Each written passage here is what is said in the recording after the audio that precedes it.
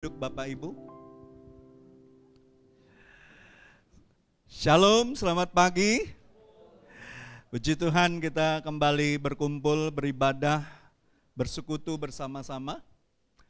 Saya sebelum masuk ke dalam firman Tuhan mau menyambut, mungkin ada yang baru pertama kali datang ke jemaat ini, silakan angkat tangan saja di tempat. Ada beberapa orang.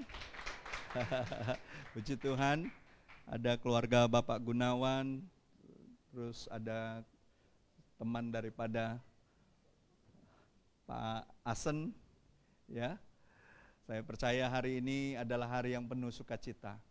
Nanti salah satu dari mereka akan dibaptis hari ini, karena sudah memberikan diri untuk sungguh-sungguh sama Tuhan. Nanti mari sama-sama kita saksikan sebagai satu jemaat. Saya percaya satu orang bertobat seisi sorga bersukacita. Amin. Bukan hanya keluarga yang bersukacita, bukan hanya kita sebagai orang percaya yang bersukacita, tapi kita harus tahu ada sorga yang bersukacita. Jadi jangan berhenti memberitakan Injil, ya. Masalah nggak akan pernah berhenti, saudaraku.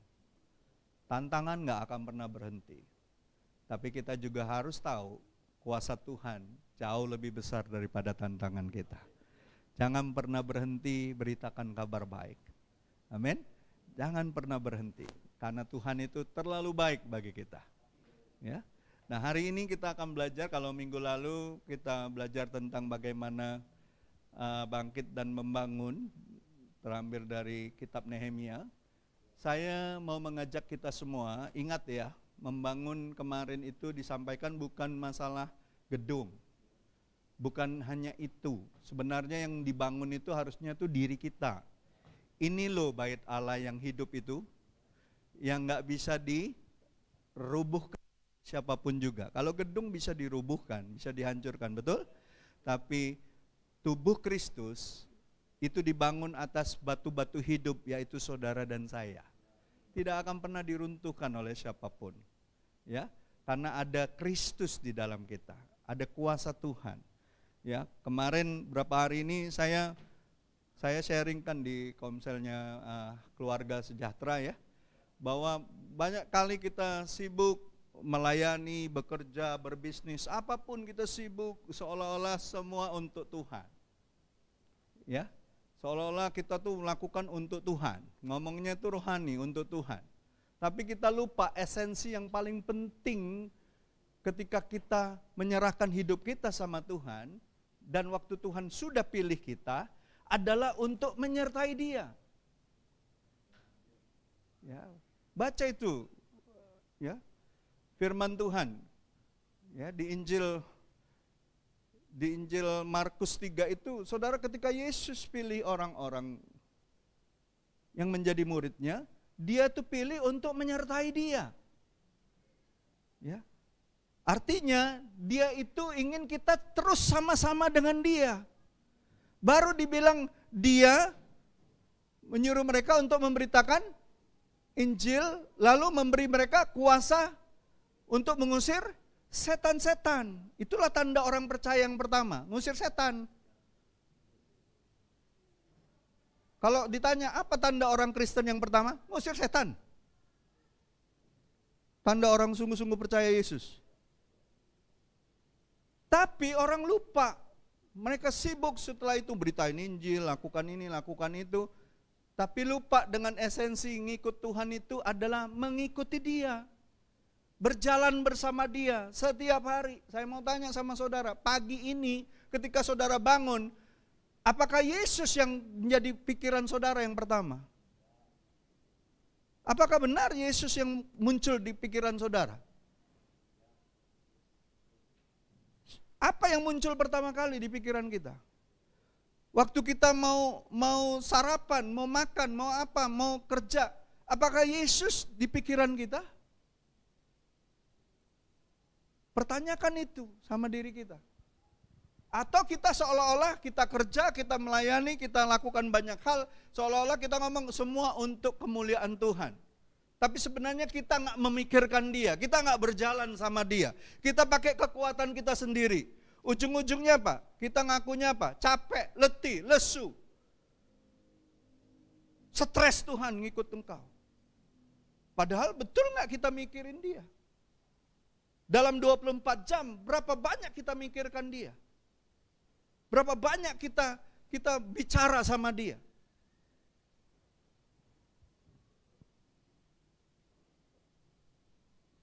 Pernah nggak dengar orang doa gini? Tuhan, hadirlah kau Tuhan di sini. Pernah nggak? Hadirlah di gereja kami. Hadirlah di komsel kami. Apakah itu doa yang tepat?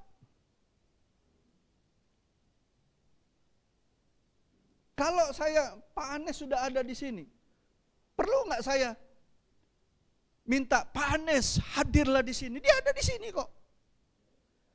Yang perlu saya lakukan tinggal ngomong sama dia.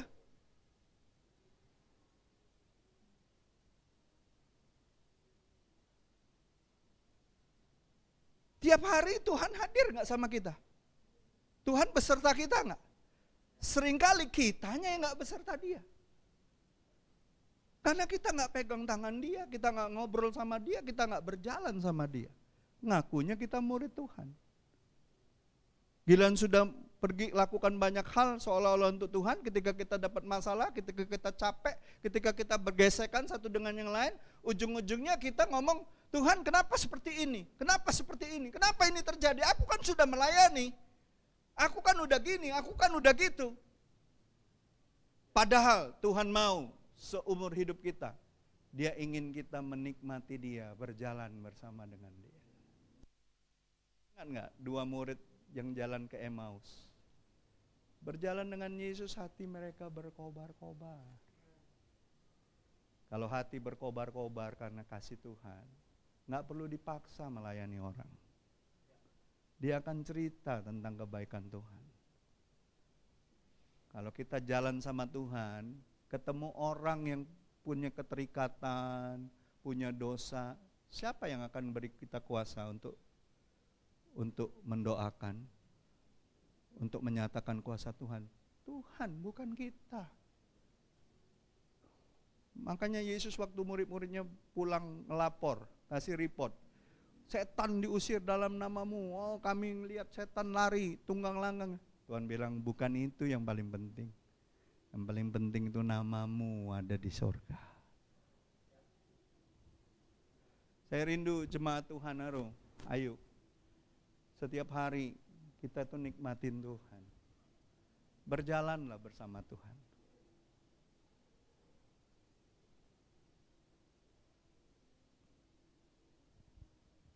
Amin. Soal mau kita nanti Tuhan suruh kita doain orang, melayani orang, beritakan Injil, itu semua datang dari kuasanya mengalir. Karena kita berjalan bersama dengan Dia. Kalau kita ngomong kita sudah lakukan sesuatu tapi kita nggak menyertakan Dia, untuk apa? Nggak sama Dia ngapain? Yang terjadi kita capek, kita stres. Saya dulu ngalamin seperti itu, berusaha untuk memberitain Injil supaya terlihat orang bahwa saya hamba Tuhan yang memberitakan Injil, doa. Tapi pelan-pelan saya renungkan, kok jadi capek ya?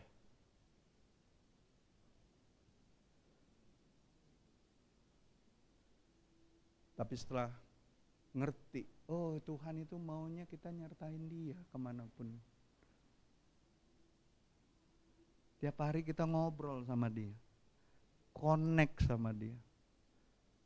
Ketika ada orang yang kita lihat, Tuhan bilang, doain orang itu. Ngomong sama dia. Kita melayani nggak pakai kekuatan kita. Kita enjoy. Karena apa? Yang kita lakukan, apa yang kita dengar dari Dia. Makanya Yesus selalu bilang, apa yang kulakukan, itu yang aku dengar dari Bapakku. Makanya Dia ngadepin musuh pun, yang mau bunuh dia nggak stres. Tenang aja dia. Amin? Ada amin? Saudara mau dipakai Tuhan di sisa waktu 2025 ini? Untuk menikmati Yesus setiap hari.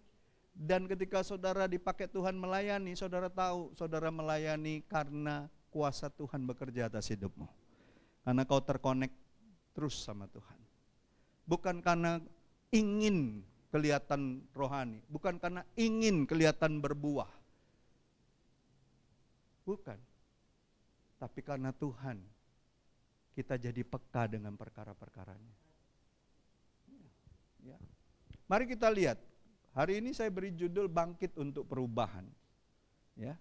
Mazmur 139 ayat 23 dan 24 kita baca sama-sama. 2, 3. Selidiki aku, ya Allah, dan kenalah hatiku. Ujilah aku dan kenalah pikiran-pikiranku. Lihatlah apakah jalanku serong, dan tuntunlah aku di jalan yang kekal. Bukan hanya benar, kekal. Amin. Ada amin Bapak Ibu? Ya. Saya mau kasih tahu Bapak Ibu yang terkasih, kita semua sepakat ya, bahwa perubahan adalah bagian yang tidak terhindarkan dalam hidup kita.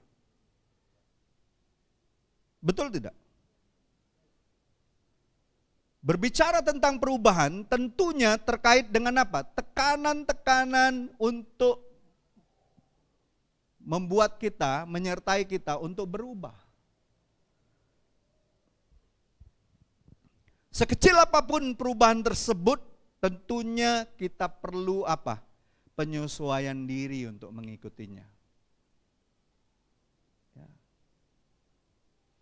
Saudara masih ingat nggak waktu kita dari anak-anak ke remaja? Ada nggak perubahan? Fisik tentunya, betul nggak? Tiba-tiba kalau laki-laki, kok suara berubah ya? Halo? Kok tiba-tiba muncul jakun? Ngapa ada jendol-jendol ini? Betul tidak? Yang wanita juga akan ngalamin. Dari anak-anak ke remaja ada perubahannya, betul tidak? Ya, saudara ngerti sendirilah. Terus dari remaja menjadi dewasa, ada nggak perubahan? Ada. Cara berpikir berubah, cara kita berpakaian berubah, betul nggak?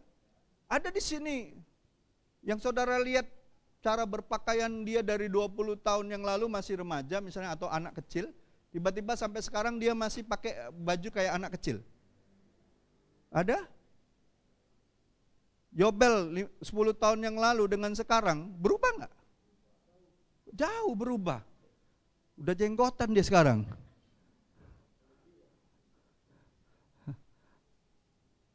Ya, cara berpakaian juga berubah. Pak Aming dulu 15 tahun yang lalu masih hitam semua rambutnya. Sekarang kayak padang belantara yang kena salju, saudaraku. Putih semua rambutnya. Albert, bagus. Saya kenal dia dari anak kelas 3 SD. Masih culun, berenang Sungai Musi di belakang rumahnya. Kalau dengar suara hujan langsung hore-hore dia, langsung ke belakang. Nurun itu semua itu ke keponakan-keponakannya itu sampai sekarang. Sekarang dia udah jadi bapak-bapak. Udah 2 anaknya. Pasti banyak yang berubah dari cara dia berpikir. Kita yang dulu dewasa, sekarang sudah jadi tua. Kemarin seorang hamba Tuhan, nanti tanya sendiri sama Sandi. Dia khotbah di JM, betul nggak? Dia ngomong gini, saya kenal Pastor Jeffrey waktu saya masih celana biru. Dia sudah melayani di sekolah kami. Sekarang saya bisa berdiri berkhotbah di depan senior saya. Saya percaya ini semua karena Tuhan. Selesai dia khotbah, saya bilang, kamu akan dipakai Tuhan lebih dahsyat dari generasi kami. Seorang pemimpin itu harus senang dengan generasi berikutnya lebih luar biasa dipakai Tuhan. Amin. Lalu dia bilang, iya pastor, saya ingat dulu pastor ke sekolah kami saya masih culun, masih perhatiin pastor, sudah ngerintis jemaat. Saya bilang, maksudmu saya sudah tua sekarang ya?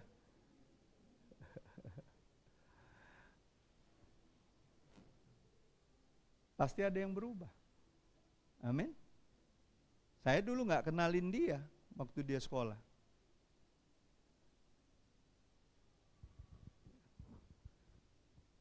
Perubahan dari seseorang yang tadinya sendiri sekarang punya pasangan. Pasti berubah, betul nggak? Perubahan ketika nanti punya anak. Berubah lagi. Apalagi kalau pindah tempat kerja, pindah sekolah, pindah tempat tinggal, banyak yang berubah. Sejak kami nggak di Cinde lagi, banyak hal yang berubah. Kalau dulu di Cinde, pleset aja sudah ketemu makanan. Pasar Cinde depan, betul nggak? Sekarang keliling-keliling, aduh susah, nggak ada yang cocok. Tapi mau tidak mau harus berubah. Lingkungan hidup, halo.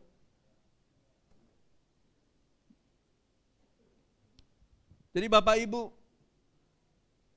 ketahuilah perubahan adalah bagian yang tidak terhindarkan. Sebagai anak Tuhan kita harus tahu bahwa Tuhan mau kita berubah. Tuhan mau kita transformasi. Dari mana mulainya? Dari mana kita mulai? Perubahan dimulai dari mana? Dari hati. Bukan dari apa yang tampak luarmu. Karena apa? Karena dari hatimu, disitulah letak sumber kehidupanmu. Sumber kehendak, pemikiran, keinginan, pertimbangan, penilaian, cara pandang, cara kita menyikapi banyak hal, itu semua dimulai dari hati.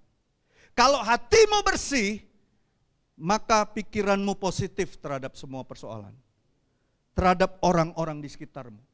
Tapi kalau hatimu nggak berubah, tetap negatif, kotor, banyak prasangka, banyak praduga, kau akan sulit untuk berubah. Sulit. Kau akan sulit.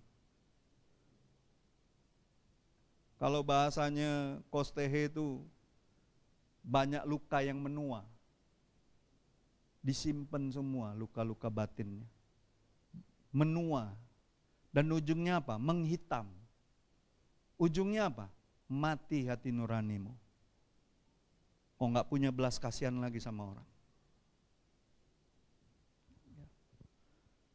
Sebuah perubahan yang radikal yang dapat mengguncangkan, meruntuhkan tiang-tiang fondasi kenyamanan kita itu dimulai dari hati.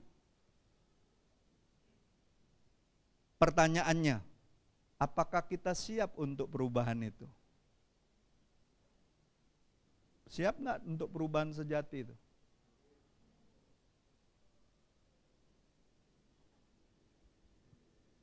Maukah kita diubahkan serupa dengan Kristus? Maukah kita menghasilkan buah-buah roh?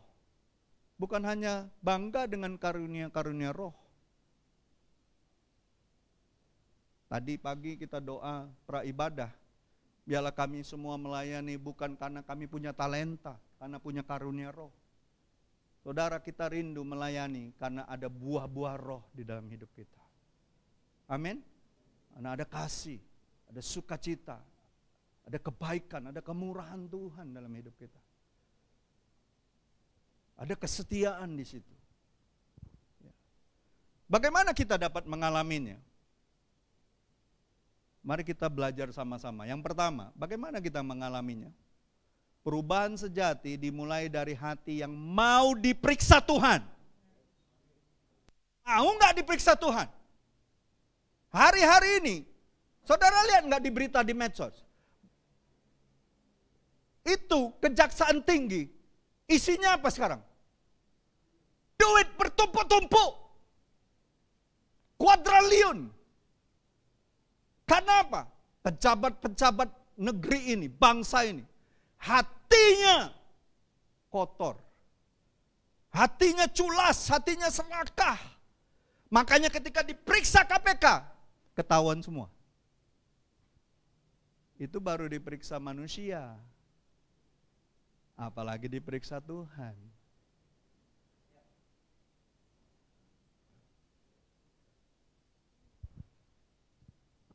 Saya mau tanya sama saudara, waktu Daud ketahuan jatuh dalam dosa, dia cuma minta satu, jangan diambil dalam hidupnya. Apa?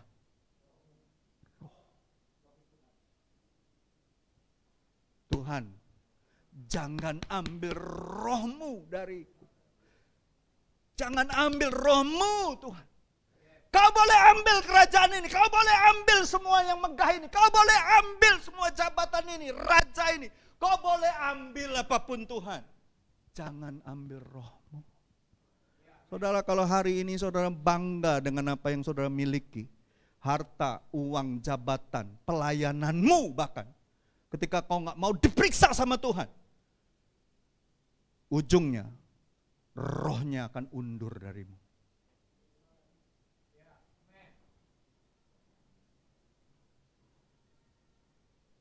Ini bukan main-main.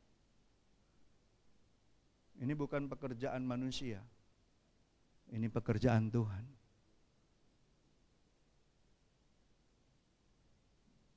Jadi Bapak Ibu yang dikasihi Tuhan, kita lihat pemazmur tidak meminta perubahan keadaan, tapi dia meminta untuk apa? Dia nggak minta, Tuhan keadaan ini sulit Tuhan, keadaan ini kayaknya menakutkan, keadaan ini kabar perang sudah di mana-mana. Hari ini instalasi nuklirnya Iran itu hancur lebur, dibom sama Amerika. Tidak ada yang tersembunyi. Tuhan genapi apa yang dinyatakan di Yeskiel itu. Banyak yang berdoa bagi bangsa umat pilihan Tuhan. Karena tanda-tanda Tuhan kedatangannya sudah makin dekat. Kita nggak minta perubahan. Kita minta seperti Mazmur yang minta. Dia minta apa? Selidiki hatiku. Karena apa? Hati itulah pusat seluruh hidup kita. Jagalah hatimu dengan segala kewaspadaan, karena dari situlah terpancar kehidupan. Atau dalam BIMK dikatakan jagalah hatimu dengan segala kewaspadaan, karena dari hatimu menentukan jalan hidupmu. Karena disitulah tempat keputusan, disitulah sikap kita mulai diambil, disitulah tindakan mulai akan dikerjakan, disitulah akan keluar apa yang mau kita katakan. Jadi jangan pernah sembarangan dengan mulutmu, karena itu mencerminkan hatimu. Kalau saudara ngomong, sebenarnya saya nggak bermaksud loh ngomong gitu. Nggak, sebenarnya aku nggak maksud hatiku loh ngomong gitu. Bohong. Alkitab katakan apa yang keluar dari mulutmu, keluar dari hatimu. Jadi jaga pertama kali itu di sini, bukan di sini. Makanya direnungkan, dipikirkan, oh ini enak nggak ya? Enak nggak ya? Membangun nggak ya? Bisa mencelakakan orang nggak ya? Bisa membuat orang jadi salah prasangka nggak sama saya? Perubahan sejati dimulai ketika kita ngapa? Perubahan sejati ketika kita mulai ngapa? Sama hati kita, buka. Bilang sama sebelahmu, kalau kau mau berubah, yang pertama kali yang kau harus lakukan, buka hatimu. Keterbukaan adalah awal pemulihan. Buka hati kita. Ya. Buka hati kita. Untuk apa? Diperiksa, dibentuk sama Tuhan. Betul nggak? Itu kan bunyinya kan? Diperiksa dan dibentuk. Selidiki aku ya Allah, kenalilah hatiku, ujilah aku, dan kenalilah pikiran-pikiranku. Betul nggak? Terbuka sama Tuhan. Siap diperiksa. Sekarang pejabat-pejabat gemetar semua itu kalau sudah mau diperiksa sama KPK. Karena apa? Udah pasti tahu lah kita apa yang mereka kerjakan. Pertanyaannya, kita sebagai anak Tuhan siap nggak diperiksa Tuhan kapanpun?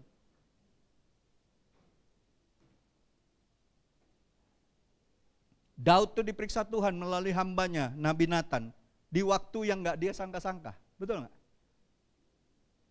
Dikala dia pikir dia aman, nggak ada yang tahu perbuatannya, betul?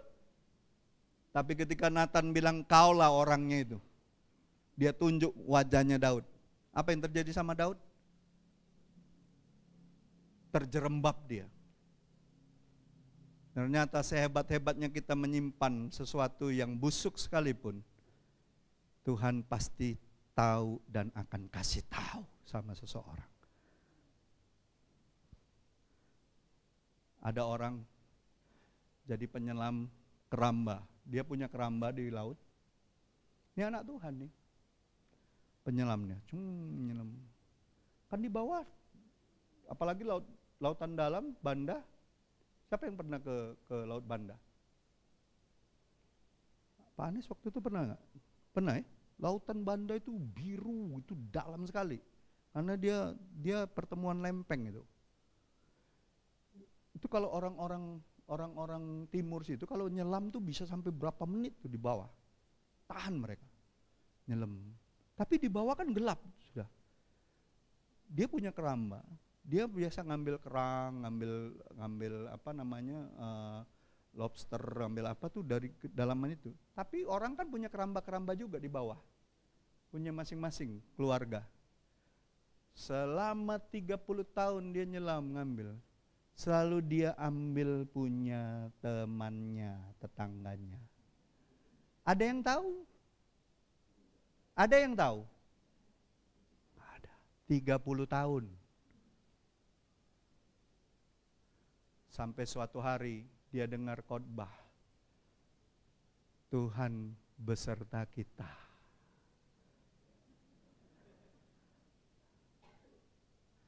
Lagi nyelam, pas dia mau ambil lagi dia teringat Tuhan beserta kita. Gak jadi. Sejak itu dia tidak pernah lagi ambil sesuatu yang bukan miliknya. Kesadaran bahwa kita disertai Tuhan dan rindu berjalan dengan Tuhan membuat kau berubah.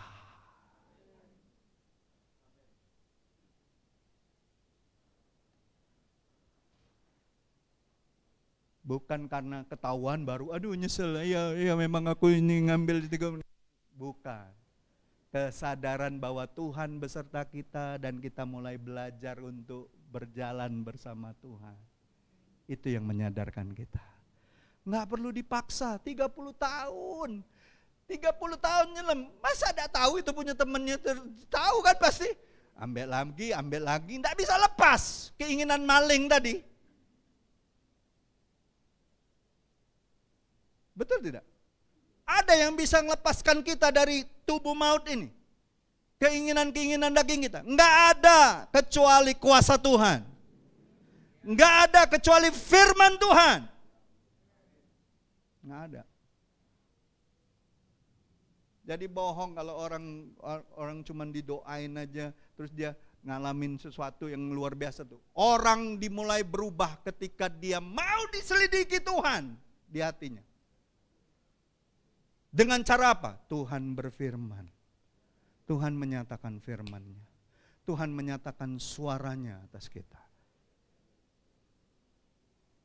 Bahkan di dalam gelap ketika orang lain tidak tahu apa yang kita buat. Tapi ketika kita ingat suara Tuhan, ingat penyertaan Tuhan, kita tidak mau main-main dengan dosa.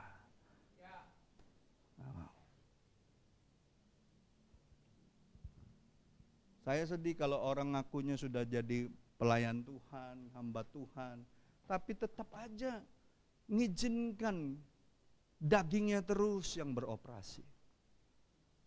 Firman Tuhan diabaikan. Karena apa? Karena dia pikir dia sudah lakukan banyak hal untuk Tuhan. Hal-hal dosa yang kelihatannya kecil-kecil ini dikompromikan. Saudara pikir dosa besar itu terjadi begitu aja? Enggak, karena kompromi dulu dengan hal-hal yang kecil. Kita bukan ayam. Halo? Ayam jantan ngelihat ayam betina langsung kejar, saudara. Seketika, kita bukan ayam. Dosa itu dibuahi di dalam daging kita. Dengan hal-hal yang kecil. Dengan lihat sesuatu. Daud itu kan seperti itu kan. Dia kan dari lihat bininya wong kan. Lihat sekali. Wih, cantik juga ya ngomong sama ini. Lama-lama hawa nafsu muncul. Lama-lama dosanya mengingini. Lambat laun berzina. Dengan apa caranya? Dia perkosa itu. Bukan langsung kayak ayam, tong ngejar. Bilang sama sebelahmu, kau bukan ayam. Jadi jangan izinkan hawa nafsumu, matamu yang ngelihat langsung kejar. Pertimbangkan, izinkan Tuhan berbicara. Ada sesuatu tawaran, izinkan Tuhan berbicara. Ada satu hal yang dilihat kita, benar enggak ini dari Tuhan? Benar enggak ini kalau saya lakukan ini, saya menyenangkan hati Tuhan apa enggak? Apakah ada orang-orang yang akan tersakiti ketika saya lakukan ini? Pikir, izinkan Tuhan berbicara. Kapan Tuhan berbicara? Kapan aja. Hikmat itu ada di mana-mana. Ya, mau siang, mau malam, kita mau tidur pun Tuhan bisa bicara. Ya, jangan batasi Tuhan. Bagaimana aplikasinya? Miliki waktu setiap hari saat teduh. Untuk apa? Introspeksi diri. Saat teduh itu bukan hanya kita menerima firman Tuhan, tapi izinkan firman itu memeriksa hidup kita. Kita introspeksi diri kita. Jangan dapat firman, cocok untuk Isio. Ini bagus nih kalau diomong sama Pak Aming. Pak Aming tuh galak cak ini dia. Bukan kayak gitu. Untuk kita dulu. Untuk periksa diri kita. Firman itu seperti cermin, dibilang cermin. Cermin, tahu cermin? Do you know cermin? Kaco atau mirror. Kebanyakan melihat kaca tapi nggak ngelihat diri. Jangan cuma kaca tuh bukan hanya untuk lihat yang di luar ini loh. Firman itu jadikan kaca kita untuk melihat yang di dalam ini. Ya. Berdoa, ambil waktu biar Tuhan menunjukkan bagian mana yang mau diubah Tuhan. Doa kita bukan hanya untuk minta-minta. Doa kita seharusnya, Tuhan, selidiki aku Tuhan. Bagian mana dari hidupku yang perlu diubah Tuhan? Bagian mana dari hidupku yang perlu kau kuasai penuh?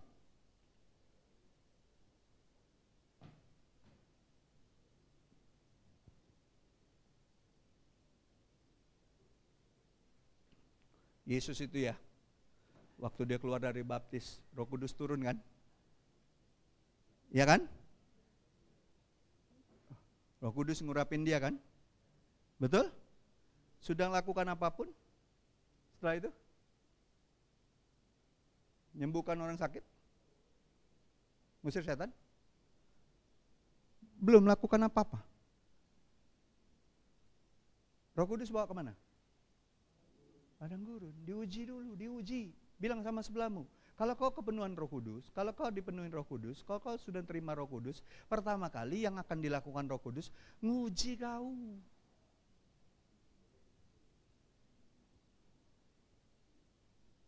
Tidak dibawanya dulu untuk lakukan apa-apa. Diuji. Diuji betul nggak? Apa yang diuji? Apa yang diuji? Keinginan-keinginan kita ini loh. Iblis kan ujinya itu. Kan dia lapar, betul nggak? Batu jadi roti suruh, betul nggak? Keinginannya kan yang diuji, betul nggak? Karena dia lapar. Dagingnya, iblis tahu kok. Diuji lagi apa? Pride-nya.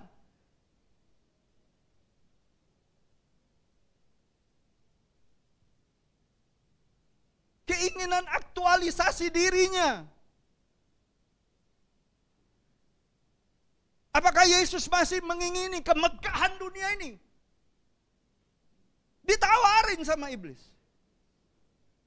Betul nggak?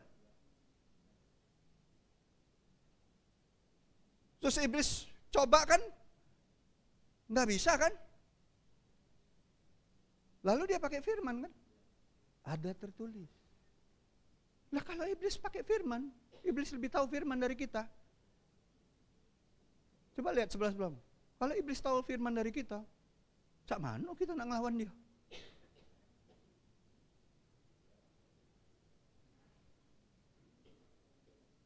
Kalau nggak kita betul-betul ngalamin firman yang menjadi daging kita. Amin.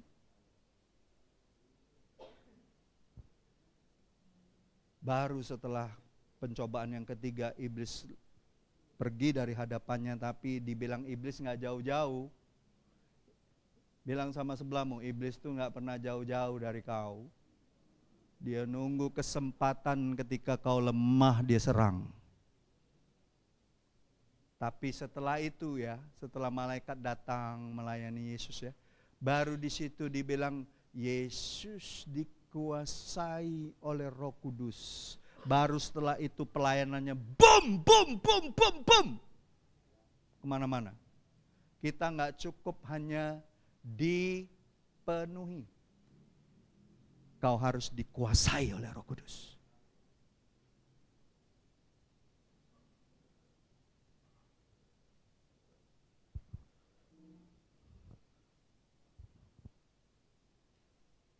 Siapa yang pernah kalau masuk satu tempat ini mau goosebump, merinding. Kalau masuk tempat satu ibadah kita merinding, ada sukacita, damai hati kita. Goosebump. Tapi kalau di satu tempat tiba-tiba goosebump, hati kita nggak enak, tiba-tiba suasananya mencekam, itu pekerjaan roh jahat. Usir, jangan kau yang lari. Tengah malam nak ke WC, mama.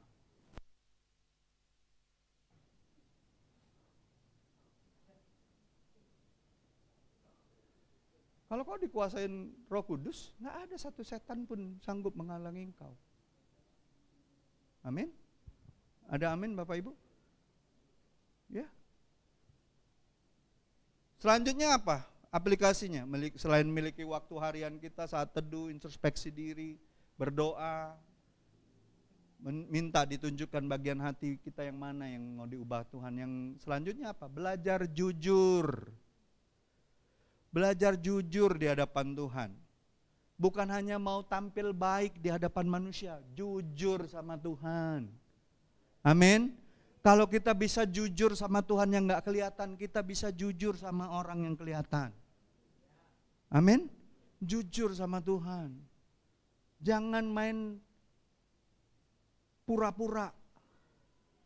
Jangan pakai topeng sama Tuhan. Jujur aja, buka diri kita. Tuhan, aku mau jujur Tuhan. Hari ini aku lebih banyak mikirkan sesuatu yang bukan Engkau. Ampuni aku Tuhan. Hari ini kok aku mikirin masalah persoalanku Tuhan. Aku melupakan Engkau. Ampuni aku Tuhan. Jujur kita sama Tuhan. Saya hamba Tuhan, enggak selalu seperti tadi pertanyaan saya, apakah saya setiap hari, setiap saat mikirin Tuhan? Kadang-kadang enggak juga. Tapi waktu Tuhan ingatkan itu, jujur sama Tuhan, Tuhan, ampuni aku. Aku banyak lakukan hal-hal, tapi aku enggak berjalan sama Engkau. Aku berjalan dengan kekuatanku sendiri. Jujurlah. Amin.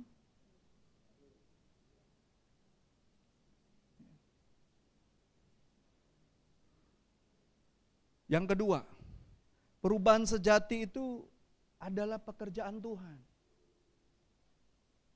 Bukan hasil usaha diri.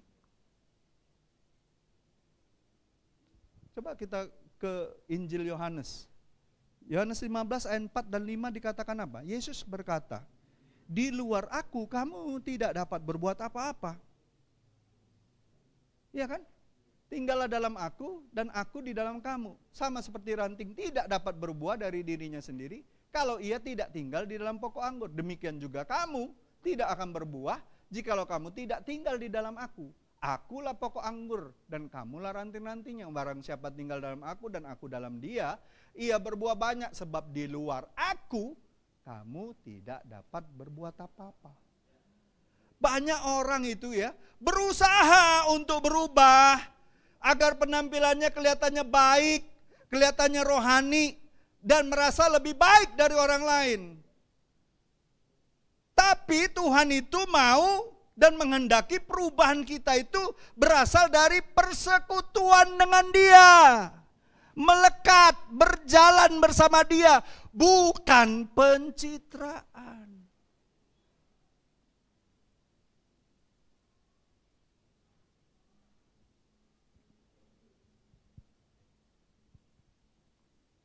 Karena kita melekat sama Dia.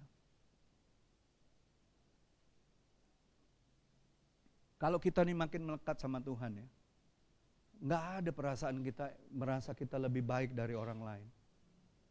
Kita merasa bahwa saya ini sampai ke titik ini semua karena belas kasihan Tuhan. Bukan karena kuat gagah, bukan karena hebat. Kalau bukan belas kasihan Tuhan, nggak mungkin kita bertahan sampai hari ini. Alkitab jelas sekali katakan, Roma 3 itu jelas sekali katakan, Rasul Paulus katakan, tidak ada seorang pun yang baik. Semua sudah kehilangan kemuliaan Allah. Jadi kalau hari ini kita bisa berjalan di dalam kemuliaan Tuhan, kita bisa berjalan di dalam kebenaran Tuhan, kita masih bisa berdoa dengan sungguh-sungguh, kita masih bisa beribadah dengan sungguh-sungguh, kita masih bisa memuji menyembah Tuhan, kita masih bisa bersekutu sama Tuhan. Itu semua karena belas kasihan Tuhan aja.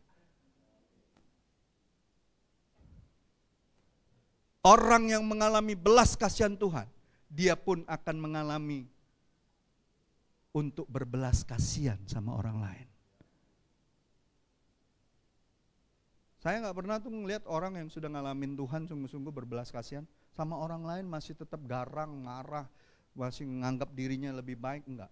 Makin hari makin sadar dia. Ini orang. Saya mau tanya, ada yang di sini kita semua qualified di hadapan Tuhan? Dari zaman perjanjian lama sampai perjanjian baru, ada yang bisa qualified, nyatakan diri saya qualified di hadapan Tuhan? Nggak ada. Semua karena Tuhan yang pilih kita. Semua karena anugerah Tuhan. Nggak ada yang qualified gitu ini. Nggak ada. Bahkan waktu Allah Yahweh memilih raja untuk Israel, nggak ada yang qualified loh. Nggak ada. Tapi Tuhan pilih. Coba bilang sama sebelahmu, kau tuh sebenarnya nggak layak, tapi Tuhan pilih.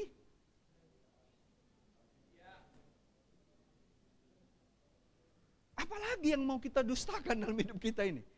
Seolah-olah kita lebih baik dari orang lain. Nggak ada. Kita ini semua karena anugerah Tuhan aja.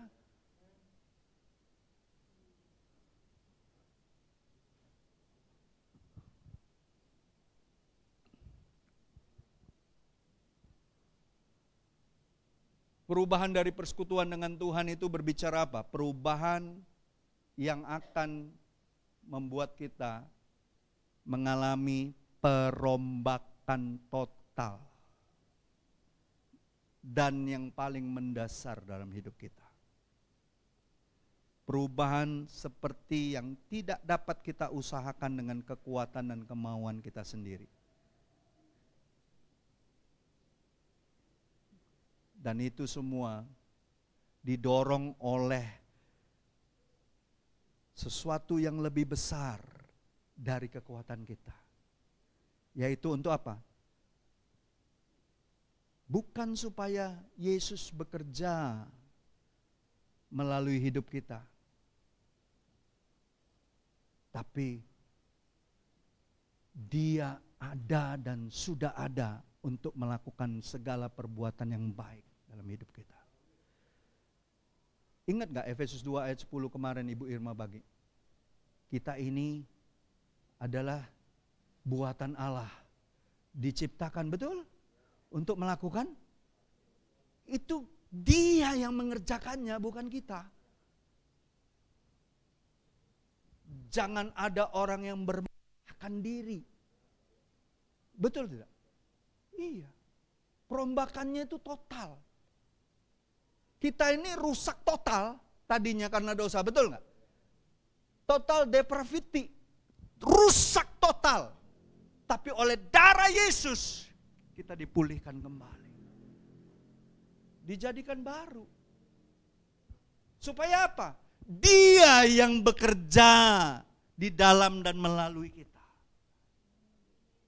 Bukan karena kita berusaha supaya Dia bekerja.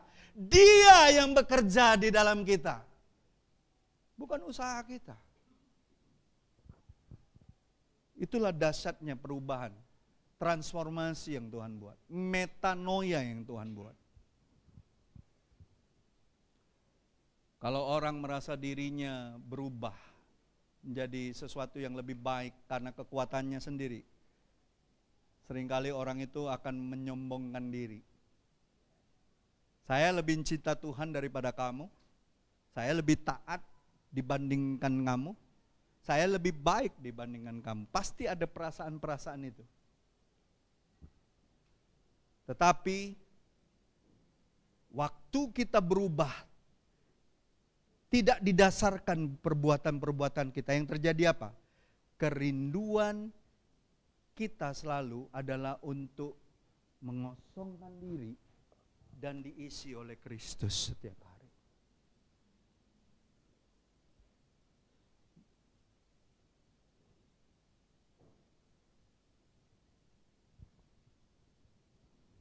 Diisi terus sama Tuhan. Yesus saja mengosongkan diri dan mengambil rupa seorang hamba lah kita. Seolah-olah kita semua isi, yang kita jadi orang berisi karena kita yang isi. Mana bisa? Mana bisa? Makanya Yohanes Pembaptis itu udah paling hebat itu. Makanya tidak ada orang yang lebih besar, anak yang lahir dari rahim seorang ibu, daripada Yohanes Pembaptis. Karena apa? Karena pernyataannya itu. Aku makin kecil, Yesus makin besar. Di dalam segala kesuksesan pelayanan dia, ribuan orang dibawa kepada Tuhan, betul tidak? Tapi waktu dia lihat Yesus, aku lepaskan kasutnya aja aku gak layak. Kesadaran bahwa kuasa Tuhanlah jauh lebih dahsyat daripada apa yang bisa kita lakukan untuk Tuhan.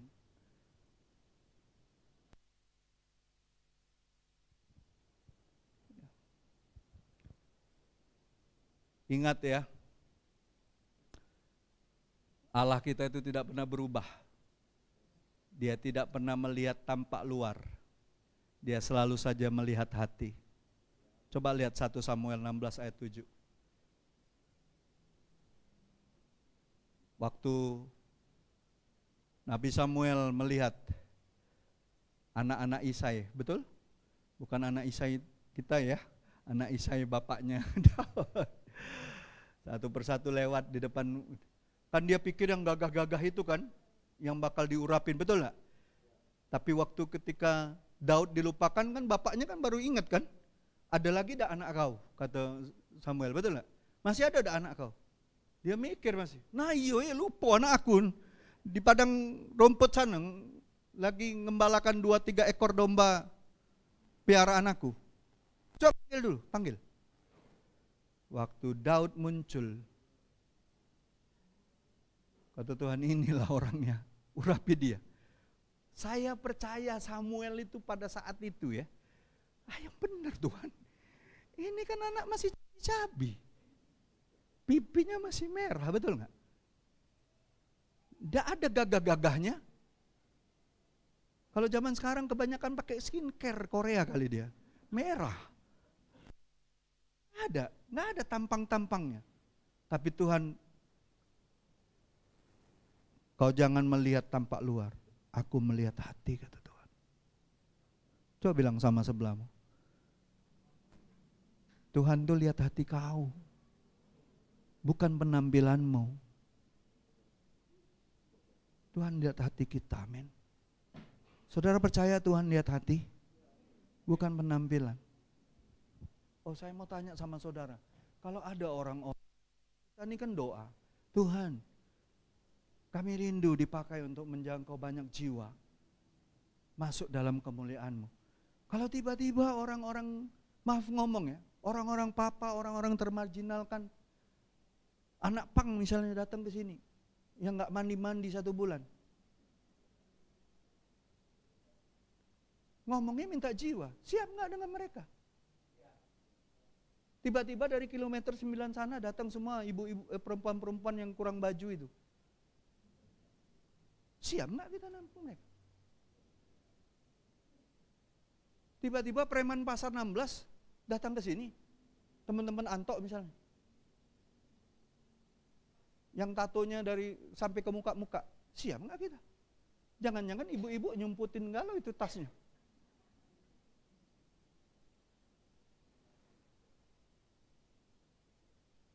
Kesadaran bahwa kita ini dirubah total sama kita, tidak memandang orang lain lebih rendah dari kita. Kadang kita ini sama dulu, rusak total, bejat. Tuhan ubahkan.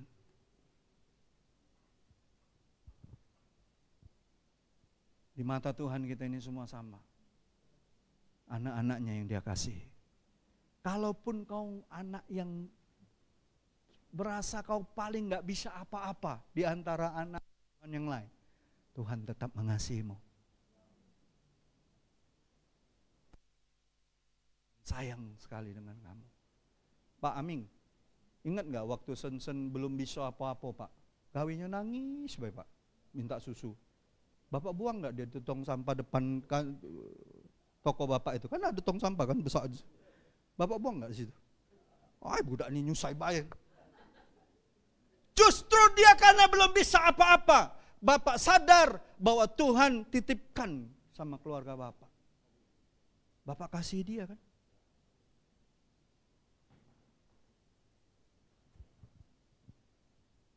Saya ingat Yobel waktu umur baru 1 bulanan. Nangis terus. Kalau sudah tengah malam itu nangis terus. Kayak dia ngeliat setan bentayangan terus setiap malam. Di rumah yang di kilometer 9 itu. Nangis terus. Dan kami tahu memang ada roh jahat. Dia nangis terus. Ibu Irma memang kami gantian. Dia suruh tidur dulu. Nanti tengah-tengah subuh lewat itu jam 2, jam 3 baru gantian. Tapi saya yang jaga dari jam 10 itu. Pertama-pertama sih masih tenang ya, masih saya nyanyi-nyanyi. Tengah malam udah capek, udah ngantuk, udah segala macam lah perasaan. Dia nangis terus. Ada rasanya mau marah. Budak ini.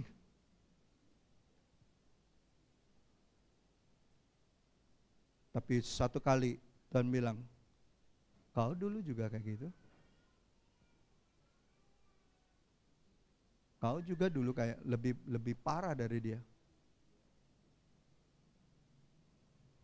Lalu apa yang terjadi? Tanpa saya sadar, air mata saya mengalir. Saya peluk dia. Tuhan terima kasih.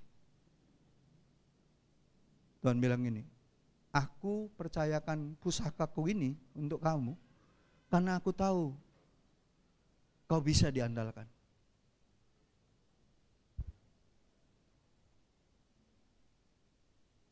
Tuhan yang paling tahu kekuatan kita, Pak. Walaupun kadangkala kita merasa diri kita nggak kuat.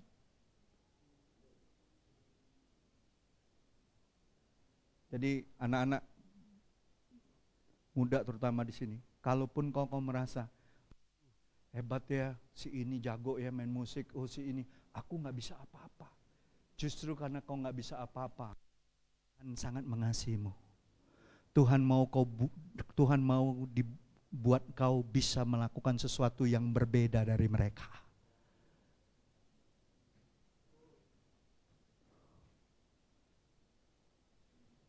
Amin. Ada amin Bapak Ibu? Anak-anak muda, amin. Percaya Tuhan punya cara untuk membuat engkau bisa melakukan sesuatu yang di luar orang lain bisa lakukan.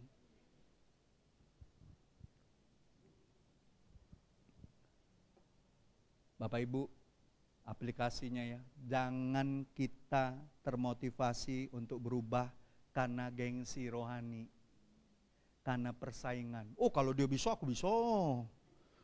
Kalau kau mau dengar suara Tuhan, aku juga bisa dengar suara Tuhan. Bukan kayak gitu hidup kita. Justru kalau kita dipercaya Tuhan, dapat karunia lebih daripada orang lain ya. Kita tahu kita nih dikaruniakan Tuhan. Justru kita makin takut sama Tuhan. Kenapa? Pertanggungjawabannya besar. Nggak main-main. Waktu kita mulai ada sedikit keinginan untuk disanjung, untuk dipuji sama orang, selesailah hidupmu. Selesai. Kita bukan diberikan karunia untuk dipuji. Kita diberikan karunia untuk memuliakan Tuhan. All glory for God. Segala kemuliaan untuk Tuhan. Amin. Jangan termotivasi untuk hal-hal yang menjadi persaingan. Belajar bergantung dengan Roh Kudus, bukan dengan kekuatan sendiri. Izinkan Tuhan membentuk karakter kita untuk terus diproses. Katakan diproses. Diproses. Jangan cuma mau hasilnya, nikmati prosesnya. Nikmati perjalanan dengan Yesus. Nikmatin prosesnya. Kalaupun Tuhan bawa kita ke lembah, ke gunung yang tinggi, ke badai yang begitu menderu, kalau ada Yesus di situ, untuk apa kita takut? Lebih baik kita belajar terus ngiring Dia. Fokus sama Dia. Jangan fokus dengan masalah. Ya. Dan yang terakhir, melekat pada Kristus adalah kunci perubahan sejati. Ayat 5 kan jelas sekali, Yohanes 15 ayat 5.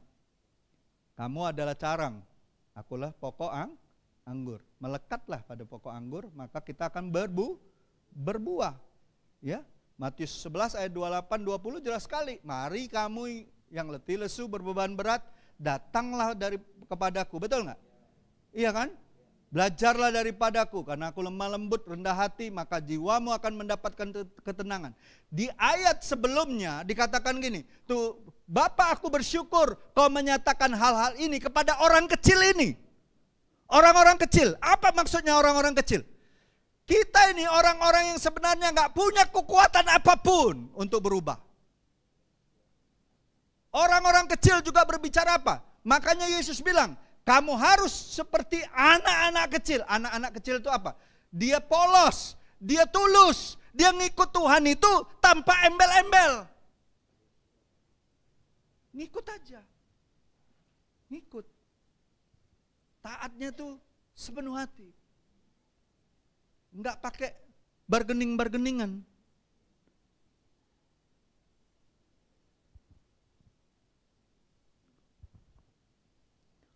Ranting itu nggak bisa hidup tanpa pokok.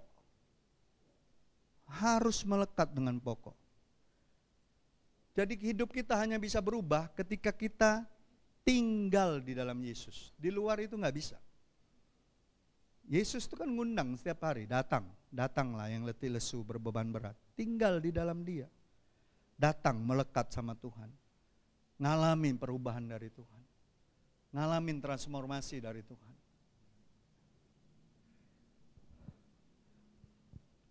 Saudara, kita jangan jadi ranting yang dekorasi diri dengan buah-buah tempelan. Halo? Kita pinjam dari tempat lain tempel, kita pinjam dari tempat lain tempel. Enggak. Buah itu harus dihasilkan dari dalam kita. Amin. Jadi dalam kehidupan kita itu, kita lakukan terus melekat sama Tuhan. Berikan ruang yang lebih sama Tuhan. Untuk apa? Untuk dia bekerja, untuk dia berbicara, untuk dia berkarya melalui kita.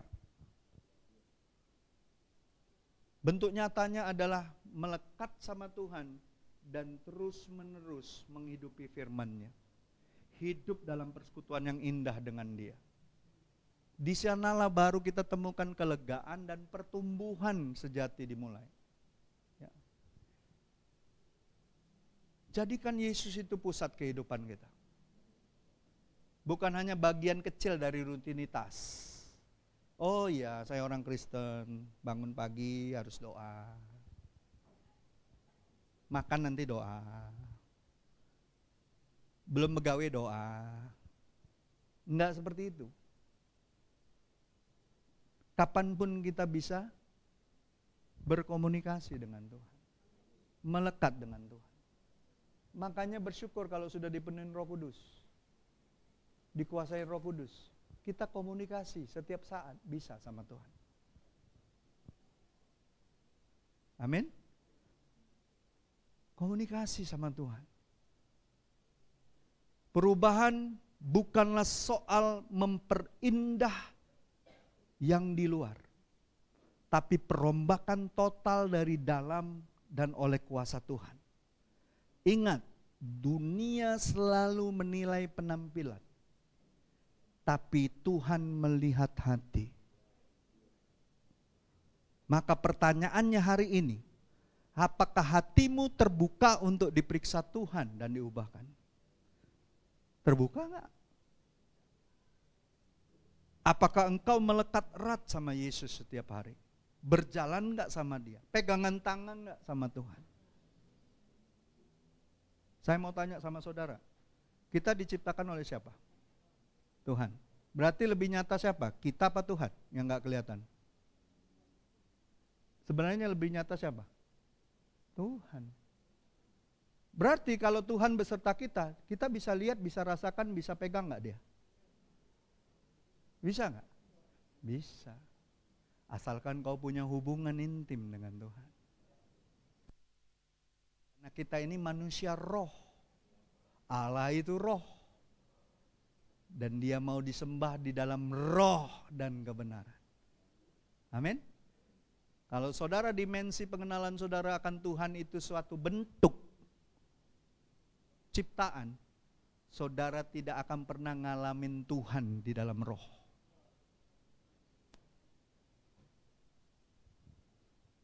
Coba perhatiin saya. Yesus sebelum naik ke sorga Dia bilang apa? Lebih baik aku pergi supaya Roh Kudus turun atas kamu. Artinya apa?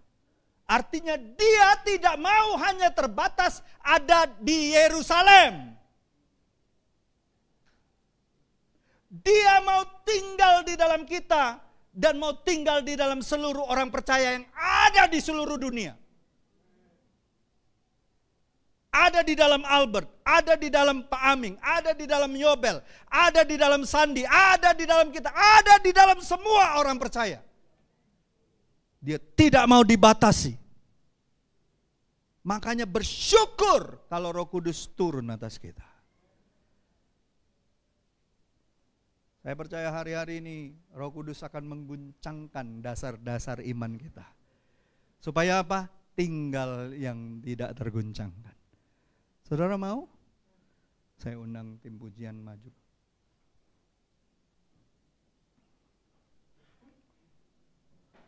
Saya mau mengajak saudara, jika hari ini engkau rindu diubahkan Tuhan, datang kepada Tuhan dengan hati yang terbuka.